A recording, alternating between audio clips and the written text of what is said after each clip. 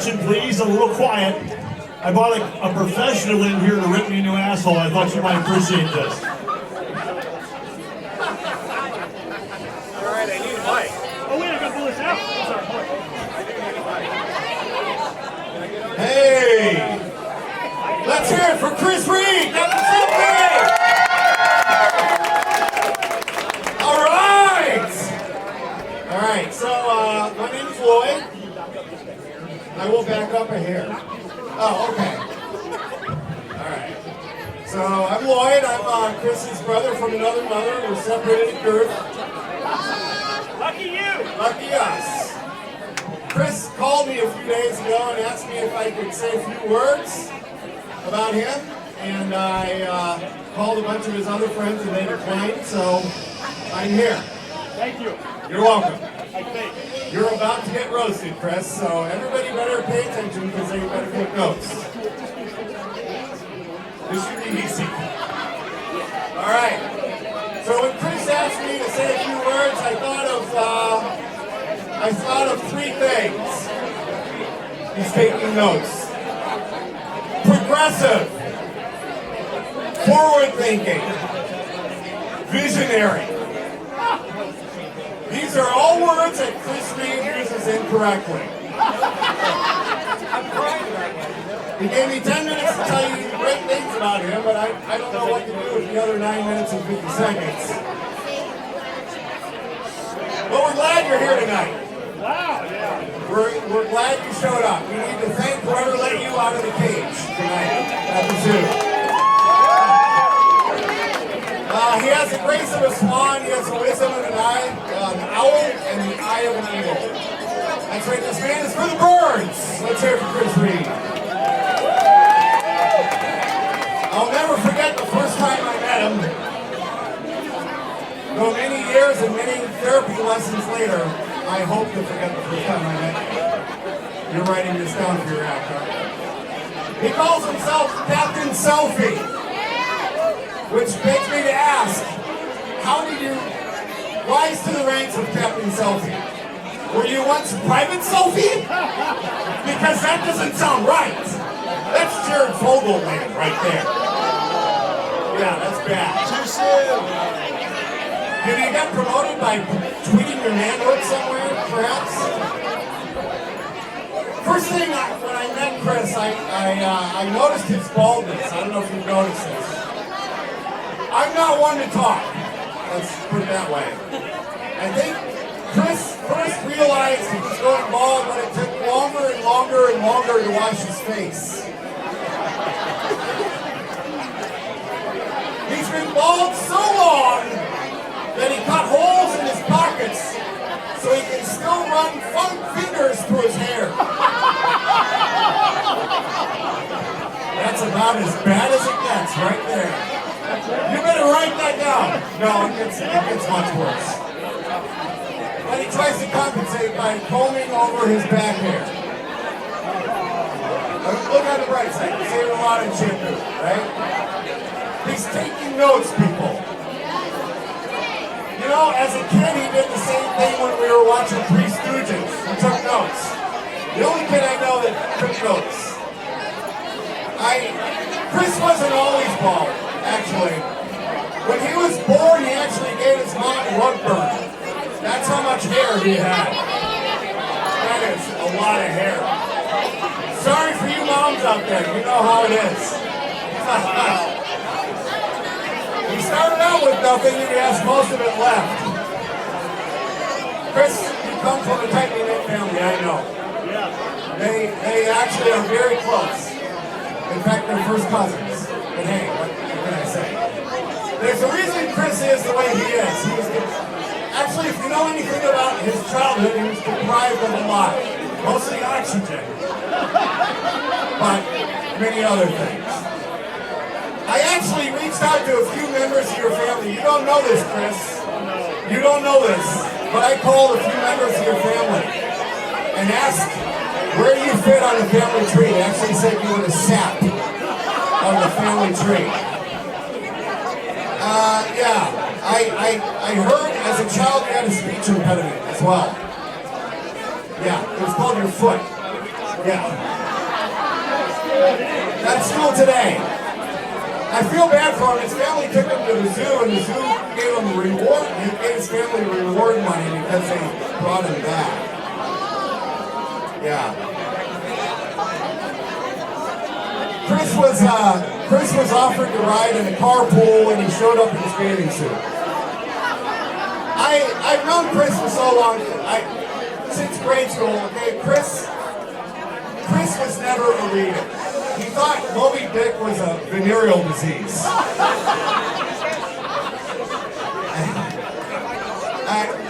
He wasn't the brightest kid on the block. I'm not saying he's dumb, he wasn't the brightest. But I remember it took you about 2 or 3 hours to watch 60 Minutes. I remember the time Chris and I went to Key West one year, and we went to a mind reader. And I remember they only charged you half price. I don't know why.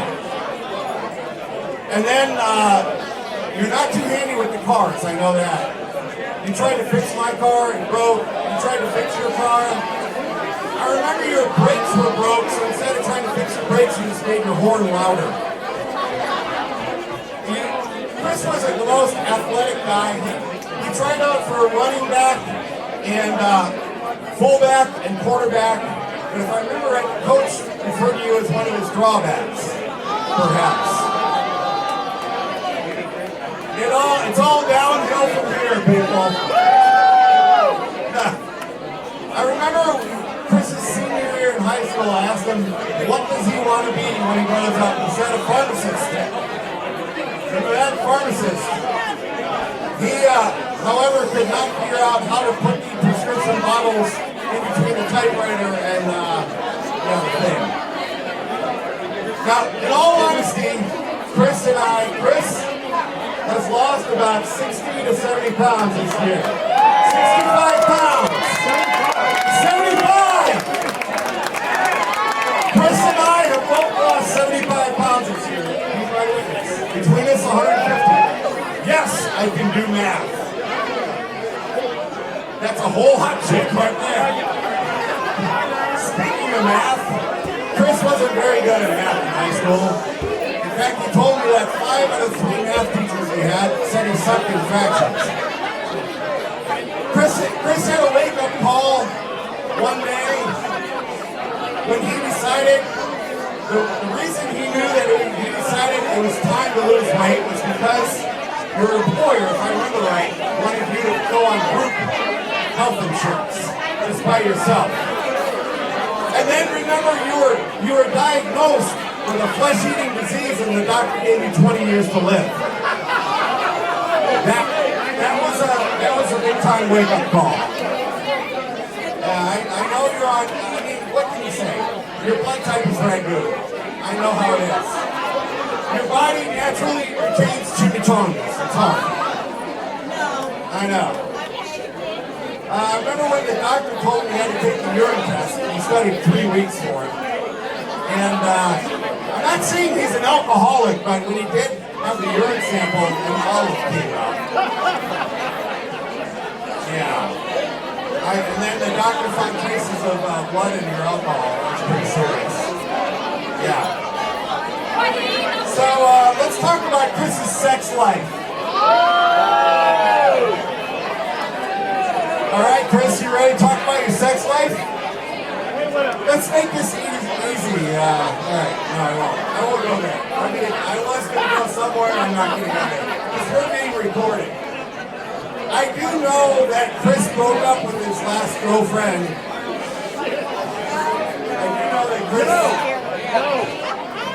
I do know that Chris broke up with his last girlfriend because she was incompatible. She was not employable. I'm not saying Chris has a hard time getting any action, but I do know he told me one time, in order to cop a feel on a breast, he orders a bucket of chicken from KFC. Yeah, short and sweet. Can we get a bouncer to throw Mr. Short and Sweet on here? Keep going. Alright. I don't want you to think he's an alcoholic. He doesn't have a drinking problem. I've seen you go hours without a drop. The But Chris, if there's one thing about you, you are a good businessman. You keep your ear to the ground, right? But enough about your drinking problem. All right. So, Chris, I knew that you were an issue. I knew that you were well known when I went to your apartment and there was a Beware of Chris sign up there. I don't want to... He's not the most refined guy. I mean, when I went to his apartment, I asked, where's the restroom? And he said, pick a corner. All right. What can I say? Chris, actually, you're fun. You put the fun in dysfunctional. I'm going to wrap it up here by saying you're a great guy. In closing, I'd like to say, but seriously, on a sincere note, it really says something about you that you can attract a room full of people from all different walks of life who are willing to come together for one night in a room with a lot of alcohol to say demeaning things about you. Just like a family reunion. Chris is a real friend. He'll go to the ends of the earth for you, people, the ends of the earth. The problem is he won't stay there. Chris, I love you like a brother. I want to say this, if you ever need a friend, there are about 300 people who could find one for you. All right? Ladies and gentlemen, Captain Selfie, the man, the myth, the legend, Chris Reed himself. Oh, you're finished. No rebuttal. Please allow me to retort. Wow, seriously, I'm gonna go over some of his best bits here, folks. Just because I want to say a few words on my behalf. Thank you so much, first of all, for coming. I'm pretty sure your wife said that at least once to you. I think it was their first date, though. I'm not sure. I haven't known her that long. But you know, for years, I thought that all the ladies were all about girth. And then I realized it wasn't my belt size that they were really talking about. So, you know, Travis is a good friend of mine sitting down here in front. And Travis and I and Lloyd were hanging out one day. And I told Travis, I said, Travis, I'm going to bet you $50 that I can make Lloyd cry. And Travis said, I don't think you can do it. So I said, watch this. And I walked over. I said, I'll make $50, I'm going to make him laugh. And you said, yeah, you're a funny guy. So I go over and I whisper in his ear, and he busts out laughing, and so Travis gives me the $50. And he says, no, you're going to give me a way to win that back? And I said, sure. I said, I'll give you a way to win that back. So let's double or nothing. $100, I can make him cry. And he said, sure. Travis said, I take it. So I went over to Lloyd, and I took him around the corner, and when we came back, he was bawling. And Travis goes, what did you just do? He goes, well, the first time when I told him to make him laugh, I told him that my dick was twice as big as his was, and then when I made him cry, I showed it to him. All right, that was good-natured. Yeah, he's so good-natured. This is a rough payment. All right, so just if anybody could give me their attention for 2 minutes, it's a great room. All right. So, first of all, thank you all for coming out. It means a lot to me that all you would come out. I know it's a bar, I know it's a good band, and I know it's a good room. But let me tell you, this is one of my favorite things in life to say to people, is if you have food in your fridge, clothes on your back, and a roof over your head, and a place to sleep tonight, then you're richer than 75% of the world. If you have money in the bank in your wallet, spare change in the dish at home, then you're among the top 8% of wealthy in the world. If you can count the number of friends you have on more than one hand, then you're better off than 50% of this planet. So for the last 9 years, I've been on a mission to connect with people, to meet them, to grow personally and professionally. And I have to say, standing before you all today, I'm a very, very, very blessed man. We're in our fourth, thank you. We're in our 4th year of Sparks. I'm the director of marketing for 1150 Consulting, a mobile app firm that is making huge impacts for our clients. I have my own marketing consulting called Customer Net, and we're celebrating 5 years in business in just a few months. But most of all, I've known many of you for some years now, and some of you I just get to meet for the first time tonight. But I'll tell you, before I lay eyes on a brand new person, I know one thing is a fact, that God doesn't make junk. And it's up to me to show him, the good man, his respect by trying to figure out how we're going to impact each other's lives and make a difference in this world. And so I'm excited about that mission in life. So please, friends, know that you're my greatest asset on this planet. And I so appreciate you being a part of my life and coming out tonight. So I have a great deal of people, before you applaud, I've got a great deal of people I want to thank real quick.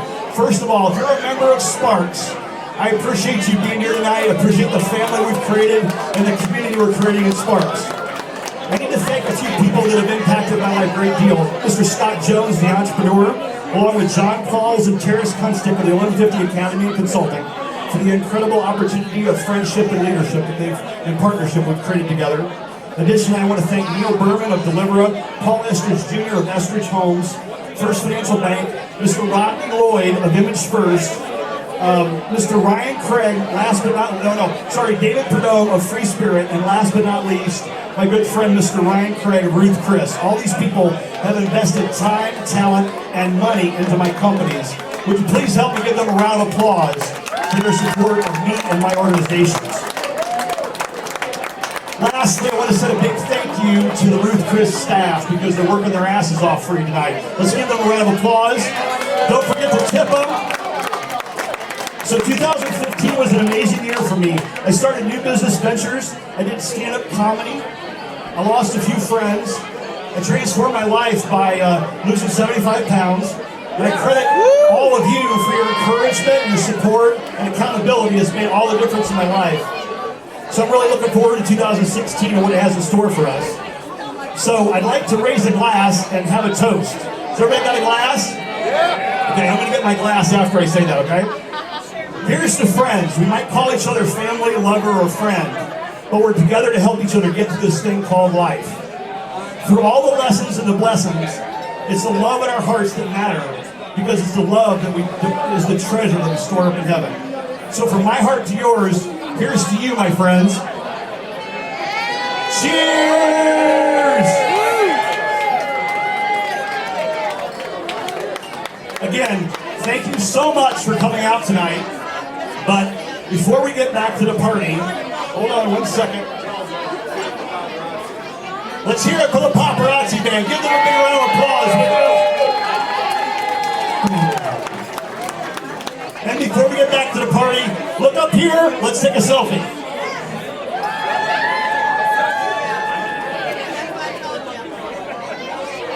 Thanks for coming out, guys. Kick it off, band. You know what? I don't want to put you on the spot, Chris, but maybe you should sing us a song. Would you like to sing it? Who wants to hear Chris sing us a song?